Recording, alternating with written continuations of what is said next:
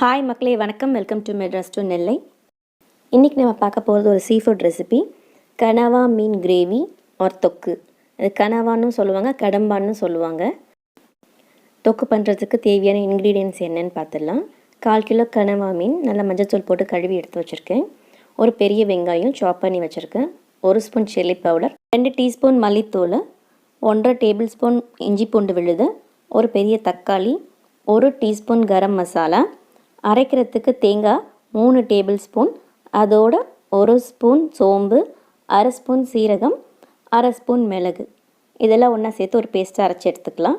வாங்க இப்போ எப்படி பண்ணுறதுன்னு பார்ப்போம். பேனில் 2 டேபிள் ஸ்பூன் கடலெண்ணெய் சேர்த்துருக்கேன். எண்ணெய் சூடான உடனே 1 ஸ்பூன் கரம் மசாலா சேர்த்துக்கலாம். கூடவே வெட்டி வச்சுருக்கிற ஒரு பெரிய வெங்காயம் அதையும் சேர்த்துக்கலாம். ரெண்டத்தையும் சேர்த்து நல்லா வதக்கிப்போம்.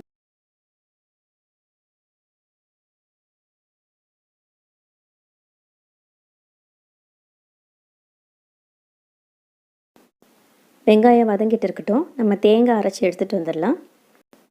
மிக்ஸி ஜாரில் எடுத்து வச்சுருந்த தேங்காய், சோம்பு, சீரகம், மிளகாய் சேர்த்துக்கலாம். இதோடு எடுத்து வச்சுருந்த தக்காளியும் சேர்த்து ஒரு பேஸ்ட் மாதிரி அரைச்சி எடுத்துக்கலாம்.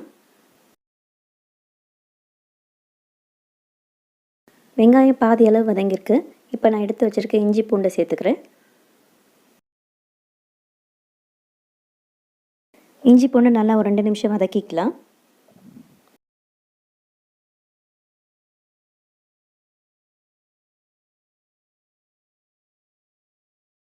இஞ்சி பூண்டு நல்லா வதங்கிருச்சு. இப்போ எடுத்து வச்சுருக்கிற மிளகாத்தூளையும் மல்லித்தூளையும் சேர்த்து நல்லா வதக்கிக்கலாம்.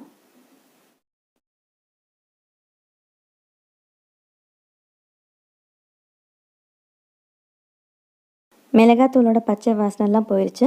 இப்போ அரைச்சி வச்சுருக்க தேங்காய் விழுதை இதோட சேர்த்துடலாம்.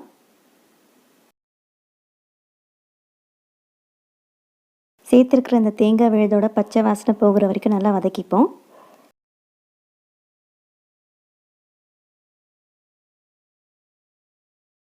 தேங்காய் விழுத நல்லா வதங்கி எண்ணெய் பிரிஞ்சு வந்துருச்சு. இப்போ கிரேவிக்கு தேவையான தண்ணி சேர்த்துக்கலாம். மிக்ஸி ஜாரை கொஞ்சம் அலசி தண்ணி ஊற்றிருக்கேன். இதோட கிரேவிக்கு எவ்வளோ தண்ணி தேவையோ நம்ம அதை சேர்த்துக்குவோம்.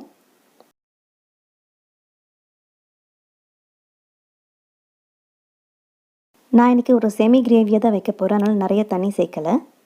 இப்போ கிரேவிக்கு தேவையான உப்பு சேர்த்துக்கலாம்.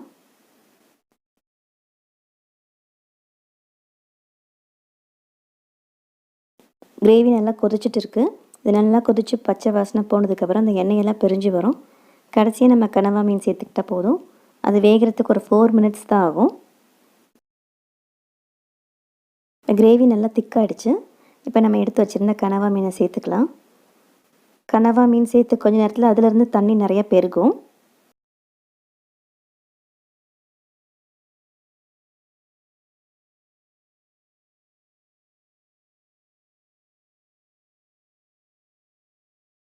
கனவா மீன் போட்ட உடனே பாருங்கள், திக்காக இருந்த கிரேவி இப்போ திருப்பி தண்ணி ஆயிடுச்சு. இது இன்னும் நல்லா கொதிச்சு சுண்டணும். கிரேவி கொஞ்சம் சுண்ட ஆரம்பிச்சிருக்கு. இந்த டைமில் நம்ம எடுத்து வச்சுருக்க கருவேப்பிலையும் கொத்தமல்லியும் சேர்த்துக்கலாம்.